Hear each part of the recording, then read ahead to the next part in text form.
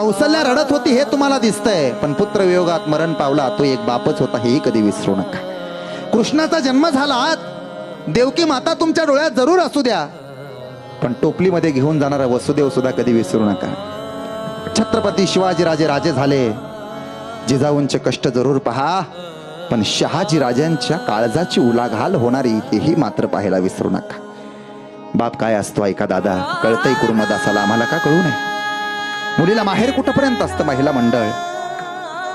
माहेरात जोपर्यंत तुमचा बाप जिवंत आहे ना, तोपर्यंत तुम्हाला माहेर असतं. आज कीर्तन झाल्यानंतर एखाद्या आजीला विचारा ना, आजी का जात नाही हो तुम्ही तुमच्या माहेरला? म्हातारीच्या डोळ्यात पाणी येईल आणि म्हातारी म्हणाल, कोणासाठी जावं माहेरला? ज्या बापासाठी जात होते तो मातीत मिसळला, निघून गेला बाप, आई नाही राहिली. म्हातारी मरल पण माहेरला जायची नाही.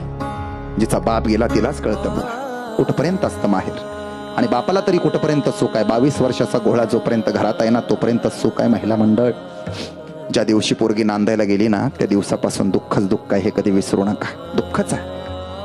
नांदायला जाताना पोरगी बापानं तुमच्या चेहऱ्यावरनं हात फिरवते, तुमचीच लेक, तुम्हाला पोरगी आहे आठवल तुम्हाला. मंडप ओसाड पडलेला असतो, तुमची पोरगी तुमची तायडी तुमच्या डोक्यावरनं हात फिरवते तुमच्या डोक्यावरनं, आणि काय म्हणते माहितीये का, तात्या काळजी घ्या बरं. म्हाताऱ्याला हुंदका दाटून येतो आणि डसा डसा डसा डसा म्हातारं रडत, कारण त्याला माहिती असतं एकदा का पोरीनं डोक्यावरून हात फिरवला ना की हात तो शेवटचाच असतो. यानंतर मी मेलो तरी परत माझ्या डोक्यावरनं कोणी हात फिरवत नाही, हे बापाला कळत. कुठपर्यंत आहे माहेर? माहेराला 2-2 दिवसाला जा बाप आहे तोपर्यंत बाप कंटाळायचा नाही, पण बाप निघून गेला ना की परत तुमचंच तुम्हाला जाऊ वाटत नाही. कांदे द्यायची गोष्ट नसते, बटाटे द्यायची गोष्ट नसते, चटणी द्यायची गोष्ट नसते. म्हातारा 80 वर्षाचा असला तरी लेकीच्या हातातली पिशवी रिकामी जाऊ देत नाही, पण बाप मरू द्या, आयुष्यभर तुमच्या हातातली पिशवी कायमची रिकामी जात असते, लक्षात ठेवा. कुर्मदासाला बापाचं महत्व कळते. बाबा झाड निघून गेलंय आणि सावली पाठीमागं राहिली, असं कधी होत असतं का हो? बाबा पाया पडतो, आज तुम्ही असायला पाहिजे. देवा काय चुकलं हे माझं?